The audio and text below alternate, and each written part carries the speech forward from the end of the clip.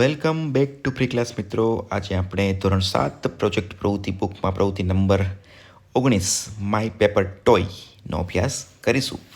તમે બજારમાંથી કોઈ ચીજ વસ્તુઓ ખરીદો ત્યારે તેને દુકાનવાળા પડીકામાં આપતા હશે. આવું કાગળનું પડીકું ખાસ પ્રકારની ગળી વાળીને બનતું હોય છે. તમે પણ ગળીઓ વાળીને કાગળનું કોઈ રમકડું બનાવ્યું હશે. તમારા મિત્ર સાથે રહીને તમે કાગળના વિવિધ રમકડાઓ પણ બનાવ્યા હશે. મોટાભાગે આપણે બધાને વિમાન અને હોડી તો નાનપણમાં જ બનાવતા આવડી ગયું હશે. અહીં તમારે કાગળના કોઈ એક બે નાના નવા રમકડા વિશે માહિતી મેળવવાની છે. આવું રમકડું બનાવવા માટેની ટૂંકી સૂચનાઓ અંગ્રેજીમાં લખવાની છે. આવી માહિતી પુસ્તક કે ઇન્ટરનેટ પરથી જોઈ શકો છો. જ્યારે તમને આ પસંદ કરેલ રમકડું બનાવતા આવડી જાય ત્યારે તેને તમારા મિત્રો સાથે બનાવી તેના વિશે વાત કરવાની છે.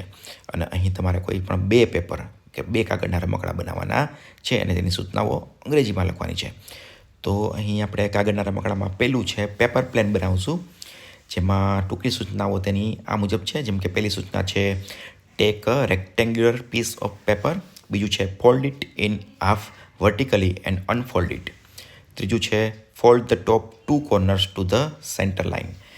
ચોથી સૂચના છે fold the paper in the half along the centre. અને પાંચમી સૂચના છે fold both wings down to finish.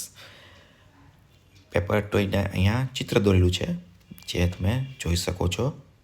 જ્યારે બીજા ટોયનું નામ છે પેપર બોટ. તો રમકડું બનાવવાની અંગ્રેજીમાં ટૂંકી સૂચનાઓનો ક્રમ મુજબ છે, જેમાં પેલું છે fold a rectangular paper in a half from top of the bottom. બીજી છે fold the top corners to the middle to make up a triangle. અને ત્રીજું છે fold the bottom strips upward on both sides. અને ચોથું છે pull the sides apart to form a diamond shape. અને પાંચમું છે gently pull the outer corners to open the boat. તમે બોટનું ચિત્ર પણ અહીં જોઈ શકો છો. તો મિત્રો અહીં આપણે બે પેપર ટોય બનાવ્યા છે, એક પેપર પ્લેન અને એક પેપર બોટ, જેની સૂચનાઓ અંગ્રેજીમાં લખી છે. આ સાથે અહીં આપણી પ્રોજેક્ટ પ્રવૃત્તિ પૂર્ણ થાય છે. C you in the next video. Thank you.